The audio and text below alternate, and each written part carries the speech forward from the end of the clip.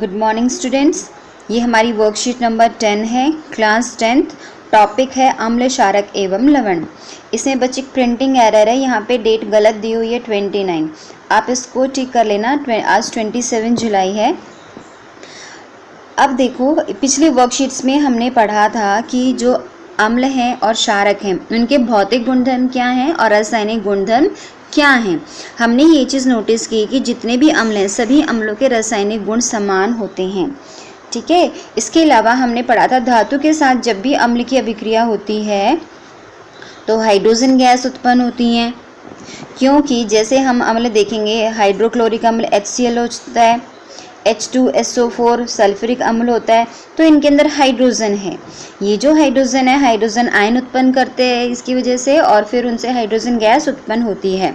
तो क्या हम ये कह सकते हैं कि सभी अम्लों में हाइड्रोजन हो सकता है? बिल्कुल, जो अम्ल होते हैं उनके अंदर हाइड्रोजन होता है। अब यहाँ पे हम एक क्रियाकलाप देखेंगे कि क्या हाइड्रोजन युक्त सभी यौगिक अम्लीय है, यानी कि जिसके अंदर भी हाइड्रोजन है क्या वो सभी अम्ल की तरह व्यवहार करते हैं। तो यहाँ पे एक एक्टिविटी दी हुई है। हमारे पास 2 सैंपल हैं, 2 हमने नमूने लिए हैं।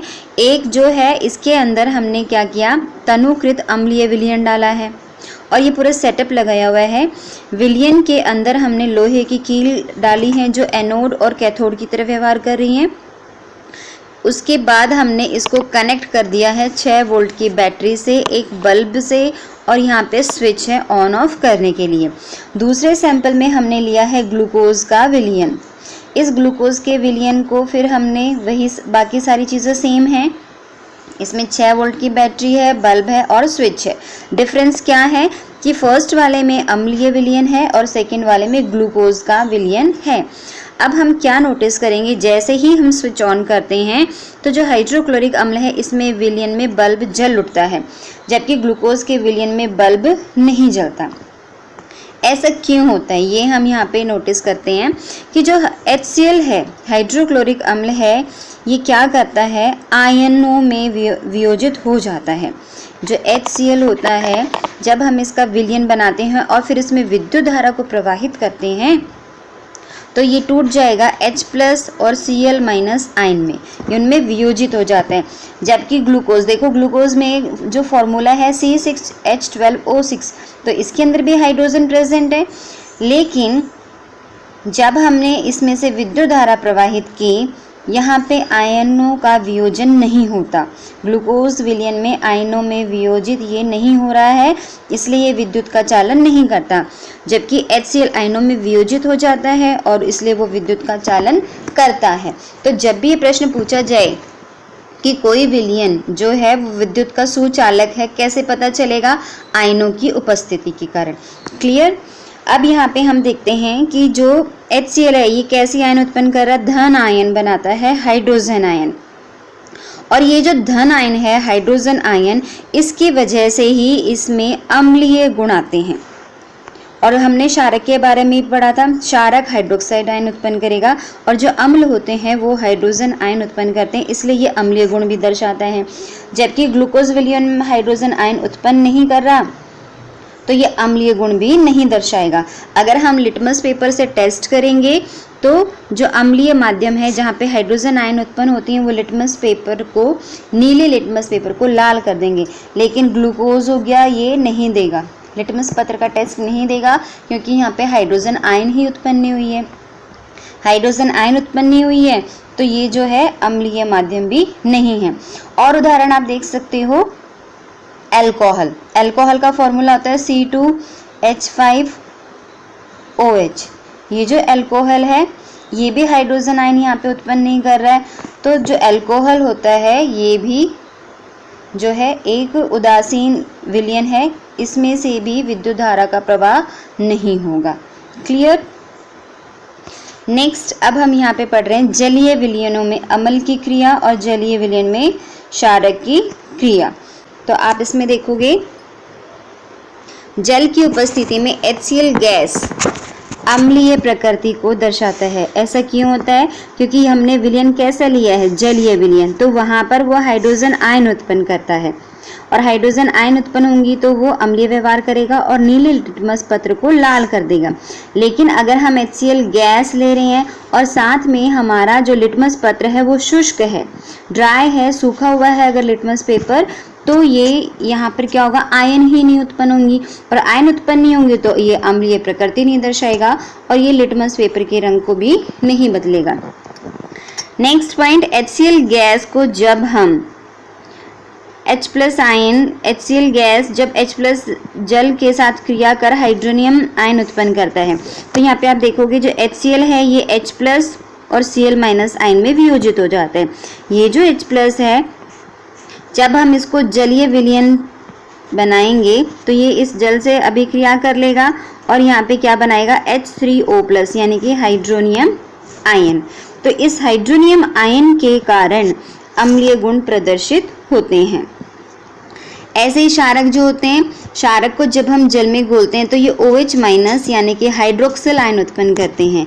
तो यहाँ देखोगे आप NaOH, सोडियम हाइड्रोक्साइड एक क्षारक है। जब हम इसको जल में घोलेंगे तो यहाँ पे Na+ बनेगा और OH- आयन यहाँ पे बनती हैं, सोडियम आयन और हाइड्रोक्साइड आयन। तो यहाँ पे एक चीज़ और नोटिस करने की है कि जो क्षारक होते हैं, कुछ क्षारक ऐसे होते हैं जो घुलनशील होते हैं और कुछ क्षारक ऐसे होते हैं जो घुलनशील नहीं होते। तो जो घुलनशील क्षारक है उन्हें हम कहते हैं क्षार। इसके उदाहरण हैं सोडियम हाइड्रोक्साइड और पोटेशियम हाइड्रोक्साइड।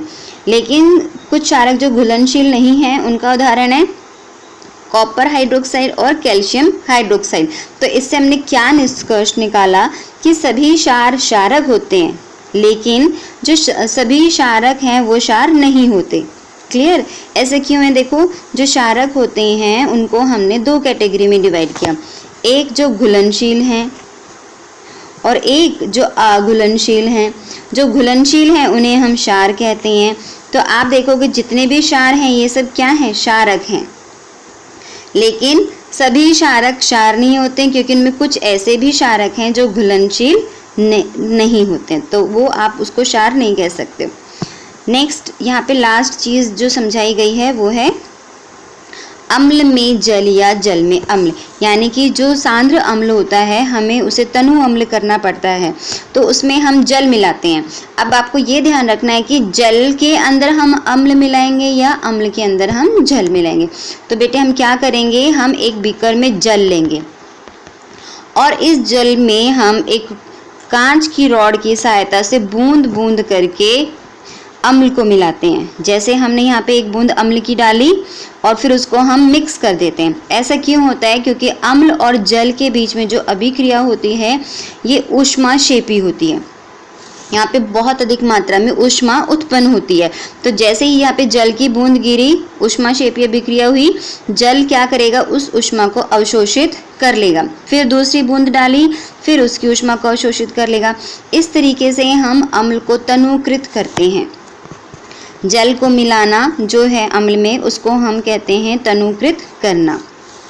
यदि हम इसके विपरीत करते हैं, हम अम्ल जो है अम्ल ले लिया और उसके अंदर हम जैसे ही जल की बूंद डालेंगे, यहाँ पे ऊष्माक्षेपीय अभिक्रिया हुई पर अम्ल जो है वो उस ऊष्मा को अवशोषित नहीं कर पाता।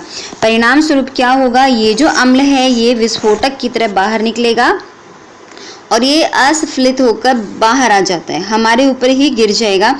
इसलिए हमें इस बात का विशेष ध्यान रखना है, जब भी हम अम्ल या क्षारक में जल को मिलाएंगे तो हमें जल के अंदर उसे घोलना है और वो भी धीरे धीरे उसको घोलना है। चलो अब हम इसमें प्रश्न उत्तर देख लेते हैं। यहाँ पे विद आंसर हम इसको देख लेते हैं।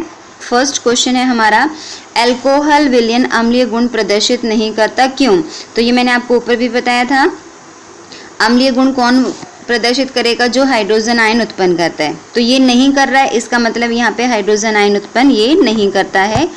सेकेंड क्वेश्चन, HCl गैस सूखे लिटमस पत्र का रंग परिवर्तन नहीं कर रही, क्योंकि हमारी HCl गैस भी शुष्क है और लिटमस पत्र भी सूखा है, तो यहाँ पे जो है हाइड्रोजन आयन उत्पन्न नहीं होंगी, हाइड्रोजन आयन उत्पन्न नहीं होंगी तो रंग में परिवर्तन भी नहीं होगा। तो मेन रीज़न यही है, हाइड्रोजन आयन उत्पन्न नहीं हो रही है इसलिए रंग में परिवर्तन नहीं हो रहा है। अम्ल का जलीय विलयन विद्युत का चालन क्यों करता है? विद्युत का चालन करने के लिए हमें आयन चाहिए और जलीय विलयन है यहाँ पे, तो इट मीन्स यहाँ पे आयन उत्पन्न हो रही है और इसलिए विद्युत का चालन यहाँ पे हो जाता है। लास्ट क्वेश्चन है, यहाँ पे पूछा गया है कि निम्नलिखित अम्लों एवं क्षारकों के जलीय विलयन के वियोजन के समीकरण आपको बताने हैं। एक उदाहरण यहाँ पे दिया हुआ है, जो H2S है ये वियोजित होएगा H+ में और सल्फाइड आयन में H2- में। तो ऐसे ही यहाँ पे हम देखेंगे H2SO4 है, यहाँ पे 2 हाइड्रोजन आयन उत्पन्न होंगी और एक सल्फेट आयन उत्पन्न होगी। मैग्नीशियम हाइड्रोक्साइड है, यहाँ पे एक मैग्नीशियम आयन उत्पन्न होंगी और 2 हाइड्रोक्साइड आयन उत्पन्न हो रही हैं। हाइड्रोजन आयोडाइड में एक हाइड्रोजन आयन उत्पन्न हो रही है और एक आयोडाइड आयन यहाँ पे उत्पन्न हो रही है।